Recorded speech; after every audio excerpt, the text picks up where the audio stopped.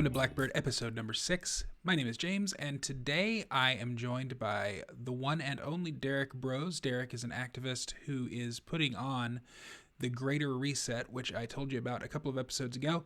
The Greater Reset is an event that is taking place next week, beginning on the 25th of January, if you're listening to this the day that it's published, and I really hope to see you there. Derrick and I connected briefly. Obviously, he's a very busy person, especially right now while he's putting together this event and a course and writing a book and documentaries and activist work and all of the other things that Derrick Broze does. So I'll be sure to get him on the podcast when things slow down a little bit more for him.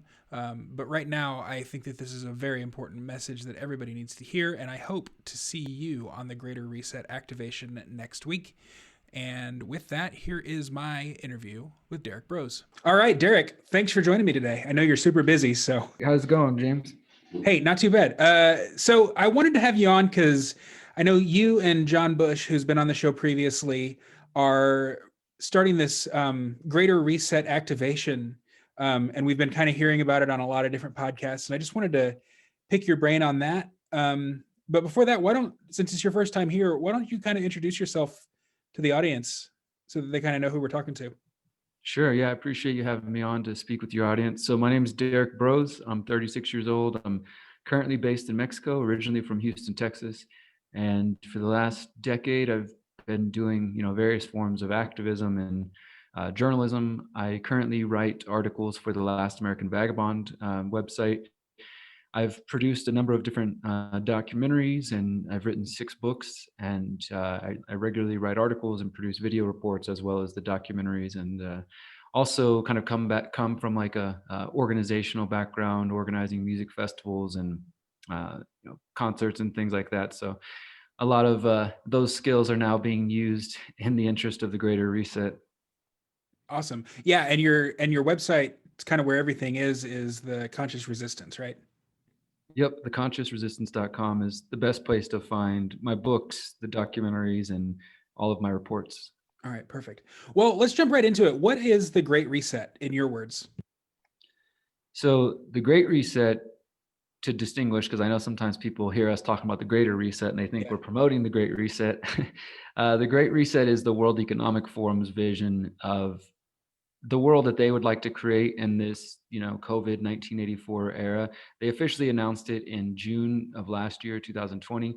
And the premise was basically, hey, COVID has shown us that capitalism doesn't work and that all of our systems are unsustainable. And thus we should make an effort to remake everything and make it more sustainable and just and equitable. And a lot of language that sounds, maybe kind of appealing to some people, especially those of us who do recognize that the old way, or the old normal, whatever you want to call it, really wasn't cutting it either. But their vision, the World Economic Forum, Klaus Schwab, and some of the folks that they're connected to, is very much a top-down, centralized authoritarian vision, although they don't, of course, promote it that way. It's a world where a rule by technocrats, and it comes from the philosophy of technocracy, which was first kind of promoted in the United States and different parts of the world, and originally in the late 1800s, but then kind of gaining steam again in the early 1900s. And most people today, I wouldn't say, are familiar with it, even though COVID has made it clear, and this proposition of the Great Reset is making it clear that we are still very much dealing with it. And essentially what it comes down to is rule by experts, rule by technological experts, scientists, et cetera, aka technocrats. And the idea being that the technocrats, the people with the technology or with the most expertise in these various areas, should be the ones to rule governments or to make legislative decisions and things of that sort, as opposed to the people the people making their own decisions. And like I said, it was really popular in the past, and it seemed to maybe kind of fall down a little bit or lose some popularity, but the idea has never really disappeared completely or gone away. And I think now, again, with COVID-19 and with the push for the Great Reset from the World Economic Forum, more and more people are becoming aware of this term and are concerned or interested to learn more about, well, what does this mean, right? Because as I said, there are many people who recognize that the World Economic Forum's talking about the unsustainability of some of our, like, for example, the food production system. That is something that I would at present agree with, that there is very many problems with the food distribution and food Mhm. production system, the industrial factory farming system, but they kind of have an alternative vision than the one that we are going to be proposing as part of what we're calling the greater reset activation. Yeah, that brings up. This was just in the news a couple of days ago that Bill Gates is now the largest owner of farmland in the United States. What do you make of that? It's not surprising to me because Bill Gates, which I would include in this sort of technocratic class, Oh, sure.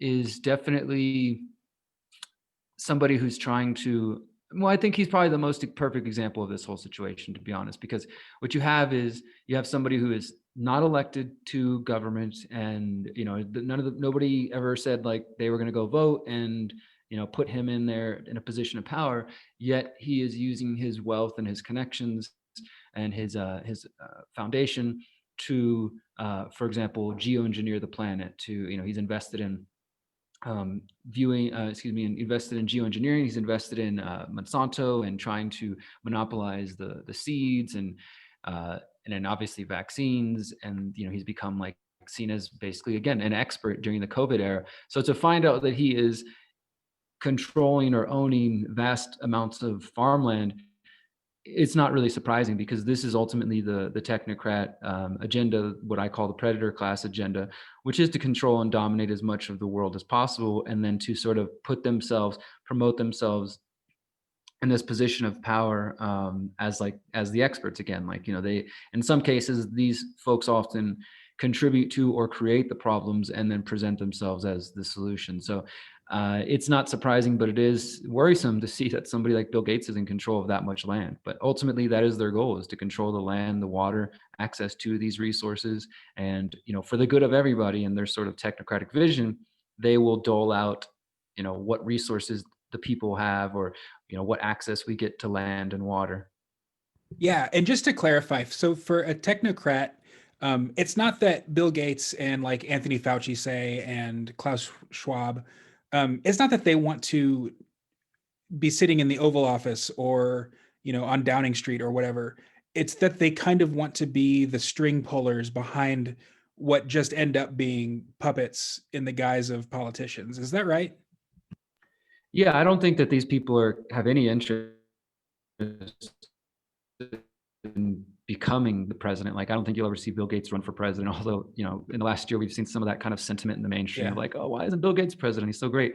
I don't think that that's the route that they would prefer. I mean, some of these folks like Klaus Schwab, Bill Gates, et cetera, they've shown no interest in going that direction. In fact, they're pretty set on staying like outside of the power, where they can safely criticize. They can also use their various mechanisms to still influence the world. So, I mean, with Bill Gates is the founder, the creator of the Bill and Melinda Gates Foundation, along with his wife.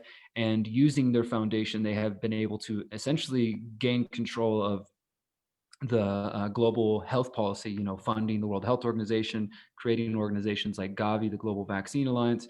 So they don't need to be in positions of government to have power. So, they're a very clear vision that, very clear example that you can have power and you can have influence.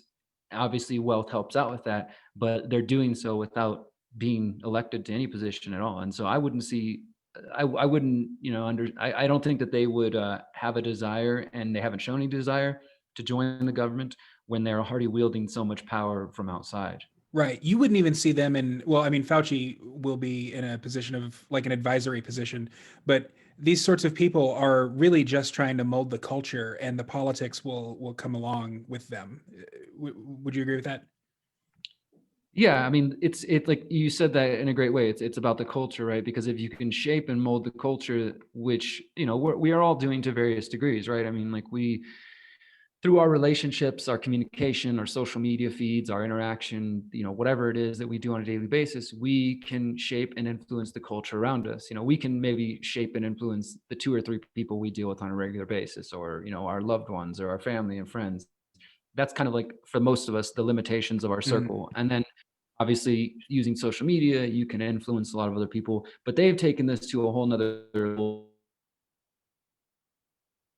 of being able to use their vast wealth and their institutions um, to continue to influence the culture. So yeah, why would you want to get elected to government and be potentially held liable for a number of different, like for example, you might be under more scrutiny as a government official. Obviously, government officials kind of get away with whatever they want anyways, but Yeah. you might face more scrutiny in that regard than you would by maintaining the position of power that you have outside of government. And just sort of, with I've done a lot of research on Gates. I did a 3-part investigation into him last summer whenever myself and James Corbett launched the Exposed Bill Gates Day. And he's been able to over the last 2 decades to remake his image, which is what all of these really wealthy tycoons have done, going back to the Rockefellers and other technocrats. And so he's been able to remake his image from in the last 2 decades as this lovable, pastel sweater wearing computer geek that doesn't have a medical degree, but for some reason we're listening to him on medical issues. So I mean, I don't see what his impetus would be to go within the government. Yeah, absolutely. Okay, so that's a pretty good transition, I think.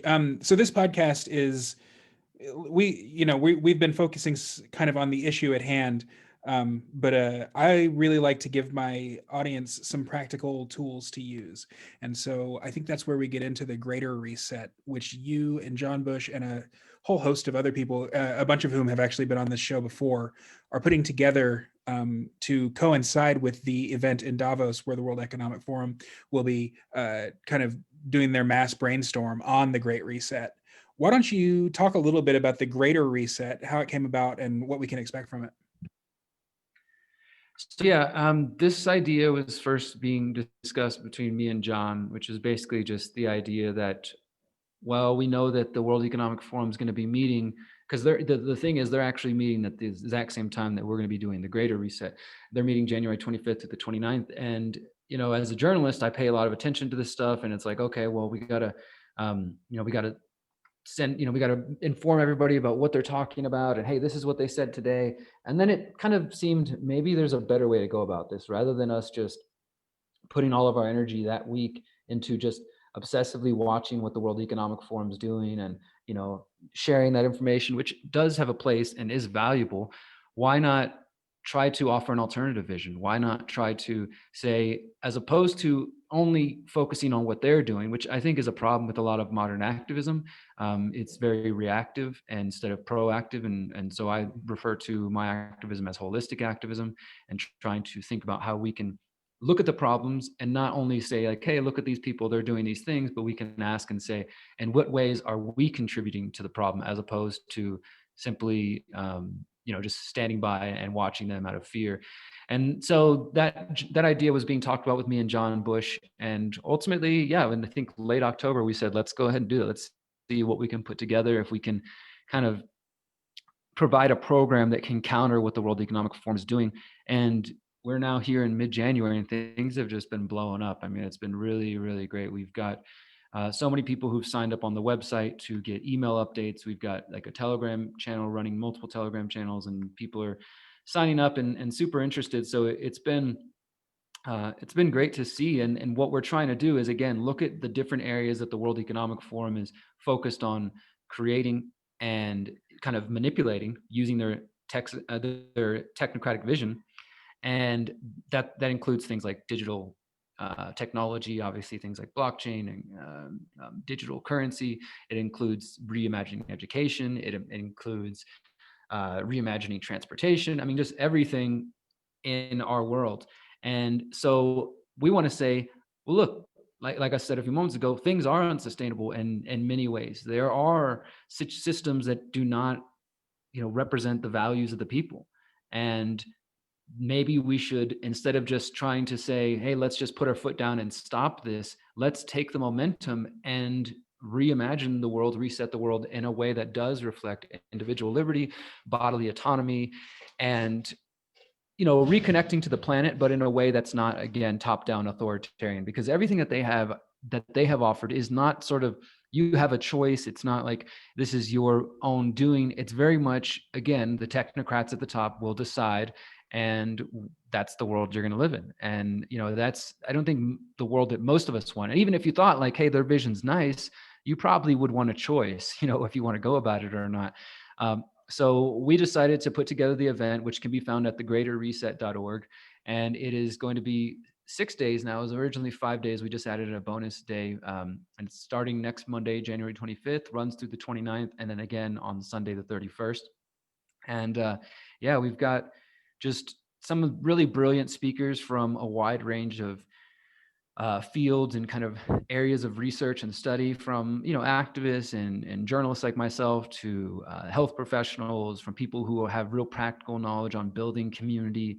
And we're going to be looking at the liberating side of technology, because this has actually been somewhat controversial lately on social media. We've had some people trying to kind of attack us or claim that we're, I don't know what we're controlled opposition or something because we're promoting technology. Because some people, and this is just kind of an interesting side note, some folks seem to, because they see what the technocrats are doing, they seem to think that any use of technology is thus bad then, or any use of blockchain or cryptocurrency or things of that sort, which is not, I would say, an informed position. I think it's more of a fear-based position. So we are highlighting the liberating side of technology, the ways that encryption, decentralizing the internet, and blockchain can be used for good and can be used in defense of privacy and liberty. And it's just, those, they're tools, just like any tool. A tool can be used as a weapon to harm somebody, or it can be used as, something to heal and to uphold and uplift. So I'm excited about it. It is, like I said, really coming together very quickly with lots of interesting folks. And we had so many people reach out wanting to be a part of it. If we had, we're planning to do more events. So there probably will be more events in the coming months where we can just continue to highlight solutions. Because what I've realized after 10 years of doing this and trying to make my work focused on solutions, and really emphasizing that throughout my writing and my books and some of my speeches, is that we probably need solutions. No, we don't probably. We do need solutions now more than ever, with everything we're dealing with, COVID-19, the Great Reset talk, and then, of course, this increasing division and chaos in the United States. People they're really hungry for solutions. They really want something practical that they can do in their life to maybe help them and their families out. And that's what we're aiming to do. Of course, none of us have the one solution or the perfect solution, but there are many ideas that I think we can come together and collectively put forward. And then just, it's up to the individuals who tune in, if you guys want to incorporate that or not, or just kind of passively watch it.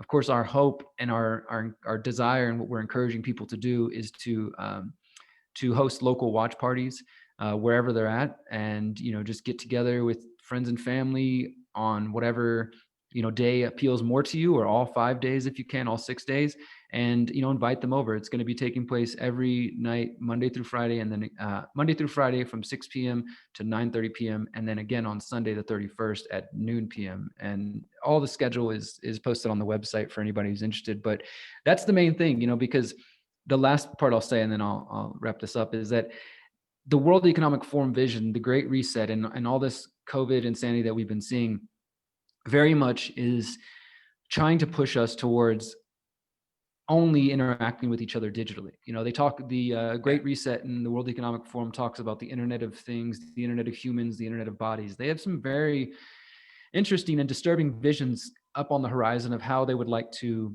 start incorporating us into this net, into this web, and our very being there. So we want to counter that in the same way we're countering by providing solutions, by saying, hey, how about we gather in person? How about we, even if we can't get all of the speakers in one location, because this is going to be a streamed event, we still want to encourage you to get together, to hang out with your friends and family, and really think about what solutions are available, to take the solutions we're presenting, have discussions on them, brainstorm, adapt them to your community, and see how they can be used. And so we're doing that. And then I'm also going to be hosting an event in Zihuatanejo, Mexico, for those who are interested or who can make it down. We're only a week away, so not much time, but we are going to be gathering. We're expecting probably 100 or so people gathering in person to kind of stream it, and we'll have a couple of the speakers in person. But yeah, the point is, let's focus on solutions. Let's get together. Let's share these ideas. Let's see how we can support each other during these pretty crazy times. Awesome. Well, I'm really looking forward to it. I'll definitely be there all 5 nights and the day of Sunday. And I definitely recommend everyone else do the same. Before we go, do you have any other like personal projects that you're working on? I know that holistic self-assessment was something that I think I saw a course that people can actually purchase. It's a book that you wrote as well, right? Yeah, I have that and another project that I'll plug. The holistic self-assessment, I think, is probably one of my most important works, Yeah. and I'm hoping with this course that it's that more we get more eyes and ears on it. So originally, it was a book that I published in 2018, and it's super short, super simple. It's meant to be, I call it a self-empowerment book. It's meant to be like a workbook that you can, if you have the physical copy, you can write in and kind of and put your thoughts and notes in. But you can also download the free PDF on my website. But the goal of the book is to help individuals first understand what are principles. What does that word mean? How do you define that? And once you can define that, what are the principles that you live by? And then once you start thinking about that and thinking about the principles that apply to you, and in the book I lay out a few principles which I think are very valuable and worth incorporating into your life. Then you start to take this holistic, which truly just means looking at whole systems, looking at your whole body and your whole life, and to see, okay, in which ways is my life, my relationships, my experiences, etc., not in line with the values and the principles that I claim to uphold. And this is meant to be not like for somebody else or anybody else to say, look, you're inconsistent, you're living wrong, but for us as individuals to maybe have some of that awareness and say, oh wow, you know what, I'm totally out of line here. I claim to have this one value that I really care about, yet I'm not actually living by it. And the goal then is to say, well, that's a moment, that's an opportunity for each individual to then say, okay, I'm going to make these appropriate changes. I would like to live in line with my values. I do want to actually, practice the things I preach, and then to start making those appropriate changes. So each chapter of the book asks a question. Who am I? What are my principles? What are my goals? Are my goals in line with those principles? Are my habits in line with those principles? Are my relationships in line with those principles? So each chapter has a simple question, and then each chapter ends with another kind of real simple exercise that is designed to help the reader become more acclimated and to the concepts, and to kind of just get to know yourself better is what it really comes down to. Mhm. And so I've recently been working with the autonomy school, University of Reason. I can't remember their exact name, but it's Richard Grove, and who's from Tragedy and Hope and does a lot of good work. His team connected with me, and I basically we put it together. And so it's a 9-week course that people can they can buy access to. And of course, again, you can download the book for free and you can take yourself through this exercise. But if you want access to this course where I basically kind of teach each chapter and offer some exercises and some tips, people can buy access to that through the University of Reason Autonomy. And then the other big project, which is a little bit further up in the horizon, but I'll share it with your audience, is my documentary series that I'm currently in the thick of. Once we get past the greater reset, my mind will be pretty exclusively focused on it. It's called The Pyramid of Power, and it's going to be a 14-part documentary series that essentially identifies the individuals and the pieces of the pyramid of power, the predator class, this technocratic class. And so the first episode looks at the education system, the second one looks at the media, the third one looks at big tech. We go through the banking system, we go through Hollywood, we go through exploring what are false flags, like real basic, maybe 101 to some people who've been in this kind of Mhm. research for a long time. But with my documentaries, I very much aim to make what I consider to be true crime documentaries, all fact-based, all researched and documented. I don't consider them to be conspiracy documentaries because everything in my work is documented, sourced, and cannot be debunked. I'm basically trying to make, this is the epic, big picture documentary that will be undebunkable is kind of my aim. And each episode is going to be 17 to 22 minutes or so is what we're aiming for, so that we can make it like a very digestible kind of thing that in our binge watching age, people can kind of sit down and absorb it like they would like something on Netflix. Here's 14 episodes, take one in at a time and reflect on it. Or if you want to just, binge it all, then that will be an option as well. So that should be coming out. We'll start releasing the episodes in March or April at the latest. And yeah, those are the kind of latest things I'm working on besides the Greater Reset. Awesome. That's super important work. I think holistic self-assessment is very important for people in our spheres because uh, people in the kind of broader libertarian movement or whatever tend to be not very introspective and not very holistic in thinking, myself included. So I think introducing a little bit of magic and mysticism into our sort of milieu will be very helpful for people. So I'm definitely going to promote that. And then, the pyramid of power, like you said, it might be 101 for us, but it certainly can't hurt to have a refresher on it. And also, for people who are receptive to hearing things like that. And I think there's more and more of that happening right now, especially just sort of with the unrest that we're seeing and state solutions just completely crumbling everywhere you look. I think more and more people will be receptive to that sort of message. So kudos to you on all that. And I really appreciate your time today, Derrick. Is there anything else that I didn't hit on or that you'd like to hit on? Well, first, I appreciate you taking the time, and I'm sorry that my time is short at the moment. But maybe at a future date we can talk again and go deeper on some of these topics. But no, I think that's pretty much it. I just want to encourage your listeners to check out the Greater Reset, and if you can organize a watch party in your area, that'd be great. If you end up watching it by yourself, just take some inspiration and see how you can incorporate the ideas. And you can find me at theconsciousresistance.com. Cool. Thanks so much. Thank you.